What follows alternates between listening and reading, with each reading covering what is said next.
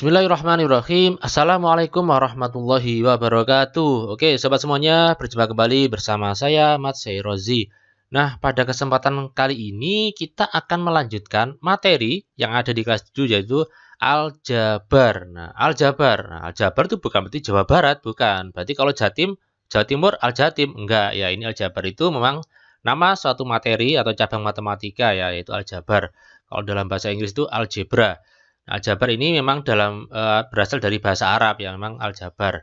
Jadi berasal dari kitab Aljabar wal Muqabalah karangan Al-Khawarizmi. Mungkin di antara kalian ada yang sudah tahu ya. Oke, ini ada beberapa bagian. Ini kali ini di bagian yang pertama, part 1 ini kita akan bicarakan tentang bentuk aljabar dan juga penjumlahan dan pengurangan aljabar. Oke, apa sih aljabar itu? Nah, ini kita bicara tentang bentuk aljabar ya. Bentuk aljabar itu adalah suatu bentuk matematika di mana penyajiannya memuat suatu variabel atau nama lainnya peubah untuk mewakili bilangan yang belum diketahui. Oke, biar lebih jelas apa sih variabel itu, jadi contohnya kayak gini. Contohnya ini contoh aljabar ya, contoh bentuk aljabar kayak gini. Nah, variabel itu adalah lambang ya, lambangnya yang mana? P.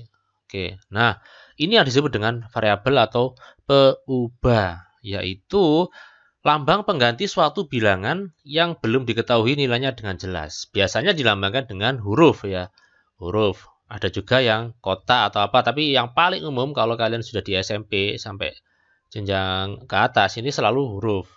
Kalau dulu mungkin di SD kelas 3 atau kelas 4 mungkin masih kadang kotak, kadang lingkaran ya. Yang penting itu namanya pra-aljabar dulu sudah dikenalkan. Nah, di sini maksudnya apa? Ini lambang pengganti suatu bilangan yang belum diketahui nilainya dengan jelas. Oke, saya jelaskan gini ya. Kita punya P tambah 5. Nilainya berapa ini? Nggak tahu karena P-nya belum diketahui. Kalau P-nya saya ganti 2, maka 2 tambah 5 sama dengan 7. Kalau P-nya saya ganti 3, maka 3 tambah 5 sama dengan 8. Lah, P ini belum diketahui, makanya dilambangkan dengan suatu variabel ya namanya ya. Biasanya dilambangkan dengan huruf kecil. Oke, jadi P plus 5, A kurangi 2, 4X kurangi 9, dan seterusnya. Jadi seperti itu ya, itu namanya bentuk aljabar, bentuk matematika yang mengandung variabel. Oke. Nah, sekarang kita lanjutkan di unsur-unsur aljabar. Oke, kalau kita punya 3P plus 5, P ini tadi kita sudah sempat membahas, yaitu ini disebut dengan variabel. Sedangkan angka 3 ini disebut dengan koefisien. Setelah itu ada angka 5, ini disebut dengan konstanta. Yaitu ya, jadi ada koefisien, variabel, dan konstanta. Ini untuk mengenal dulu. Kemudian 3P plus 5, oke ini juga ada yang namanya suku ya. Nah, ini sukunya 3P dan 5 atau plus 5. Ini suku. Lanjut. 4X kurangi 9, maka di sini variabelnya adalah X ya. Koefisiennya 4. Nah, konstantanya karena ada negatif di sini, maka ikut juga negatif 9. Sukunya 4X dan karena ini min ya, karena ini negatif 9, maka juga diikutkan min 9 ya, negatif 9. Oke. Lanjut. Y kuadrat plus 7Y min 5. Nah, ini variabelnya. Variabel kan lambang atau huruf ya. Hurufnya apa ini? Hurufnya kan ada 1, yaitu Y kan. Ya udah, berarti variabelnya adalah Y. Sedangkan koefisiennya adalah 1 dan 7. Lah, 1 dari mana? 1 dari ini. Ini kalau nggak ada keterangan artinya 1. Nah, 1 ya, bukan 0. Setelah itu min 5 ini dari mana? Ini konstantanya negatif 5. Sukunya, berarti ini 1. Ini suku, kemudian ini suku ya, min 5. Jadi kalau plus 7Y plusnya kan nggak usah kita tulis, makanya dibiarkan aja. Oke, bisa dipahami? Oke, sekarang kita lanjutkan di operasi aljabar, yaitu penjumlahan dan pengurangan. Ini untuk bagian yang pertama, bagian yang kedua nanti perkalian dan bagian. Oke. Yang pertama, kalau kita misalkan punya panda ya, panda yang imut-imut, ini 3 panda ya, kita tambahkan dengan 2 panda. Maka saya yakin jawabannya kalian sudah tahu, yaitu 5 panda ya kan. Ini kan pelajaran TK dulu. Nah, ini kalau misalkan kita misalkan ya panda itu adalah P, maka bisa kita tulis 3P ditambah 2P sama dengan 5P. 3 panda ditambah 2 panda sama dengan 5 panda. Artinya kalau ada penjumlahan atau pengurangan aljabar, yang kita jumlahkan itu adalah yang koefisien ya. Yaitu angka yang ini dekatnya variabel ini. Kita tinggal menjumlahkan 3 tambah 2 kayak gitu. Oke, contoh 4M ditambah 5M. Nah, berarti kan tambahkan aja ini 4 sama 5. Jadinya berapa? 9 kan? Berarti 9M. Ya kayak gitu. Lanjut lagi. 5A kurangi 3A.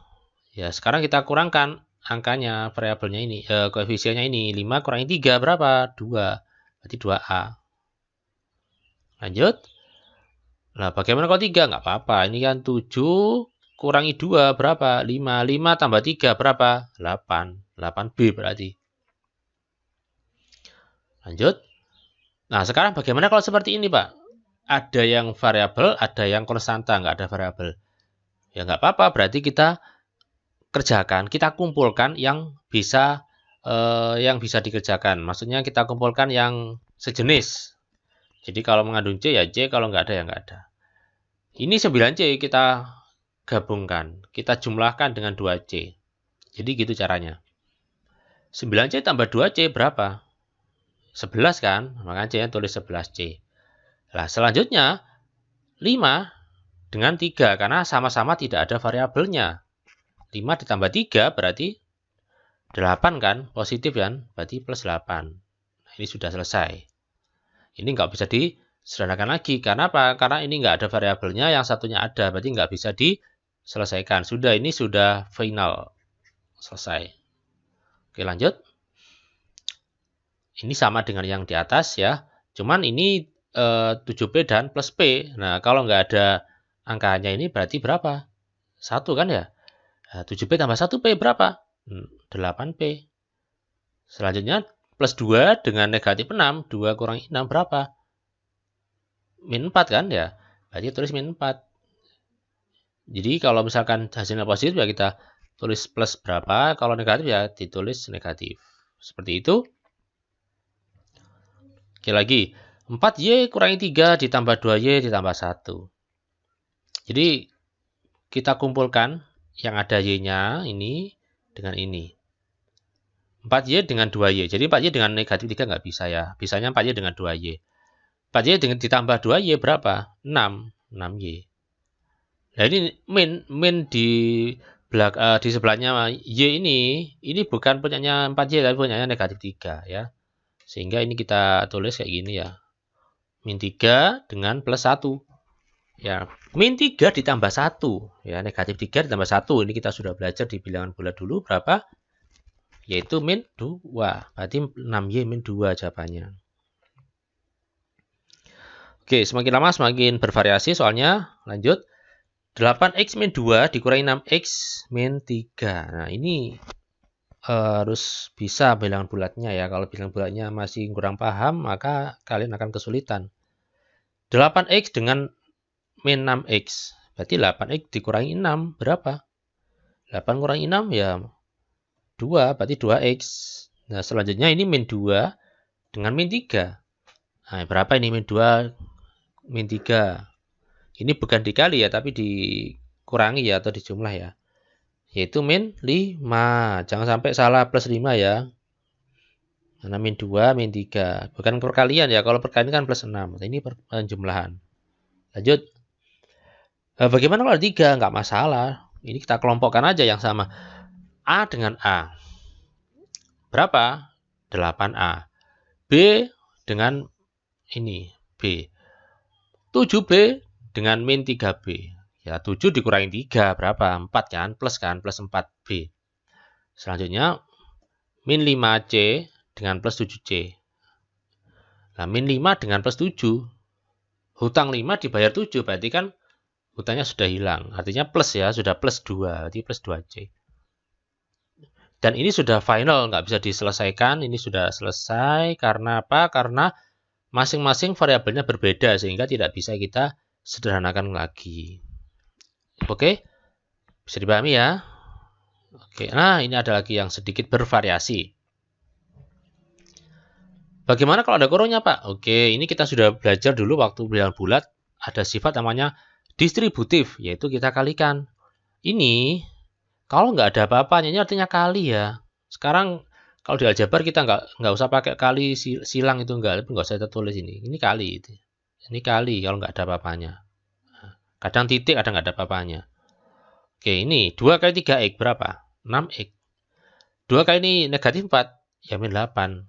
Nggak ada x-nya karena sesama nggak ada x. 3 dengan 3x, ya 9x.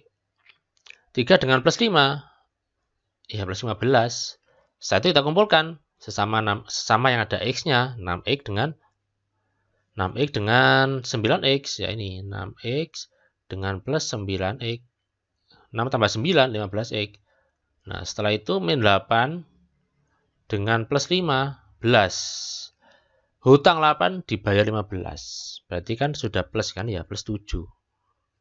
Oke, ini salah ya. Ini harusnya adalah plus 7, bukan min 7, Pak. Oke, ini ngantuk ini yang bikin ini. Oke. Ini plus 7. Saya tambah ya jadi plus 7. Oke, nah sudah jadi plus kan ya.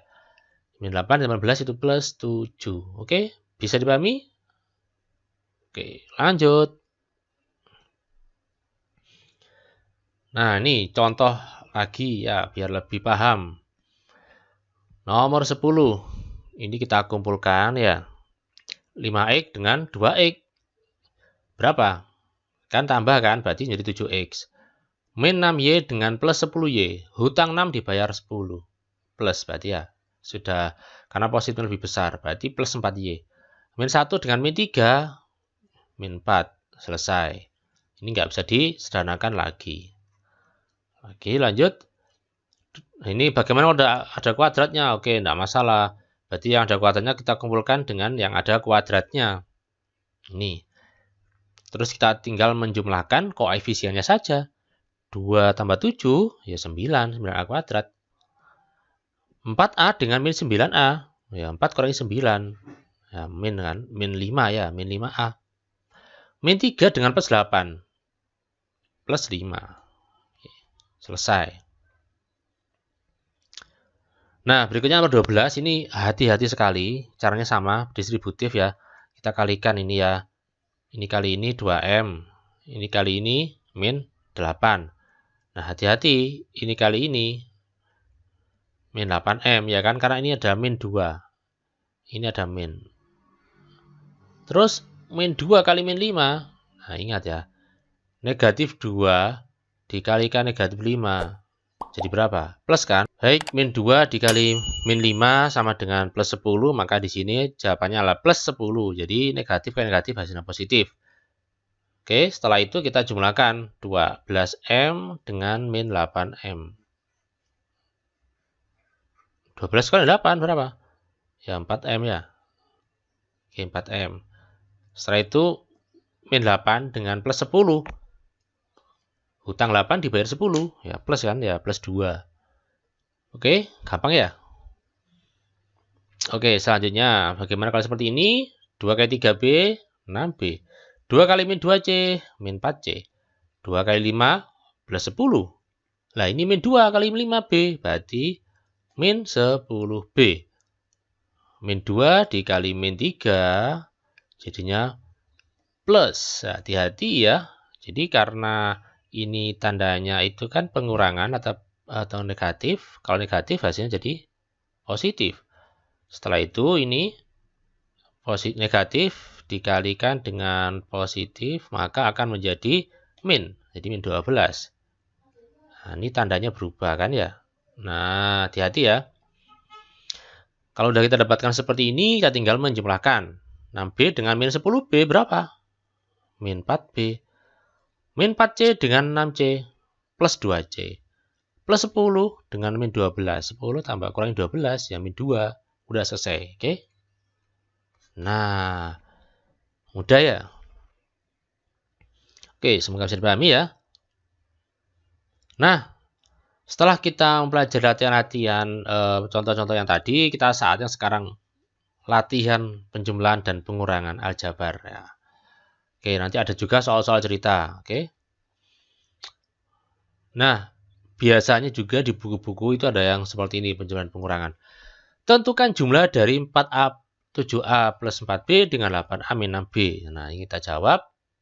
karena diminta untuk penjumlahan, maka ini kita tambah. Ini satu kesatuan, makanya kita kurung ya. Kalau kita buka kurungnya tidak bermasalah. Kenapa? Karena tandanya positif penjumlahan, jadi nggak berpengaruh pada tanda di dalamnya. Ini tetap min. Tetap min, tetap min. Terus 7A tambah 8A. Ya, oke. 7A ditambah 8A kan, 15A. Kemudian 4B dikurangi 6B, min 2B. Lanjut. Nomor 2, ini karena pengurangan, nomor 2 ya, pengurangan maka dikurangi. Nah, ingat ada kata oleh ya. Ini kita kurangi ya. Dan ini perlu dihati-hati. Harus ada kurungnya ya. Karena apa? Karena nanti kalau tidak kalian kurung, maka hasilnya beda. Padahal kurung itu ini menyatakan satu kesatuan. Nah, ini satu kesatuan walaupun nggak dikasih kurung ininya, tapi kalau mengerjakan ada kurungnya. Oke? Sekarang kita buka kurungnya, maka tandanya berubah. Nah, ini tandanya berubah kan ya? Kenapa? Karena ini kan min 1 kali 8A, min 8A. Min kali min 6B. Nah, ini kan min 1 kali min 6B ya, plus 6B. Tandanya berubah. Terus kita kerjakan ya. Seperti tadi, 7A kurangi 8A kan, min 1A kan. Nggak usah lihat tulis satunya, cukup min A juga boleh. 4B dengan plus 6B, plus 10B. Nah, ini selesai. Lanjut. Nomor 3. 3X plus 4Y dengan 5X min 6Y. Tapi ini diminta apa? Kurangkan. Ya, berarti dikurangi di min. Ya, ini dikurangi ini. Terus hati-hati tandanya seret. Berubah ya. Kemudian kita sederhanakan. 3X dengan min 5X. Ya, min 2X. 4Y dengan 6Y plus 10Y. Oke, seperti itu. Nah, yang terakhir, ini sangat penting sekali dan ini sering kali banyak yang terjebak, yaitu ada kata dari. Nah, dari. Kurangkan ini dari ini, itu artinya dibalik. Nah, dibalik. Jadi ini dikurangi ini. Ya, dibalik. Kemudian kita buka kurungnya, maka yang di sini jadinya plus. Seret, karena min kali min. Nah, ingat ya. Ini penting sekali, tolong diingat-ingat. Kalau ada soal, kurangkan A dari B. Nah, itu artinya B kurangi A. Jadi, itu ya, bedanya kalau dari dengan enggak dari. Kalau tadi kan oleh, kemudian dengan. Nah, ini dari, berarti dibalik. Dibalik yang sebelah kanan dikurangi yang sebelah kiri. Setelah ini, kita dapatkan 10P dikurangi 2P, berapa? 8P ya. Plus 11 ditambah 5, ya plus 16. Oke? Silakan dihafalkan. Dipahami. Oke, lanjut. Nah, sebuah segitiga memiliki ukuran panjang sisi terpendeknya 2x min 5, panjang 3x plus 6, panjang sisi sisanya x plus 6. Tentukan keliling tersebut. Jadi kelilingnya itu masih dalam bentuk aljabar maksudnya ya. Jadi segitiga gini, ya. Untuk mencari keliling, maka kita akan menjumlahkan semuanya. Oke, kita jumlahkan. Keliling itu kan berarti kan kita total pinggir-pinggirnya kan ya. Total aja ini 3X dengan X. Berapa? 4X ya. 4X ditambah 2X.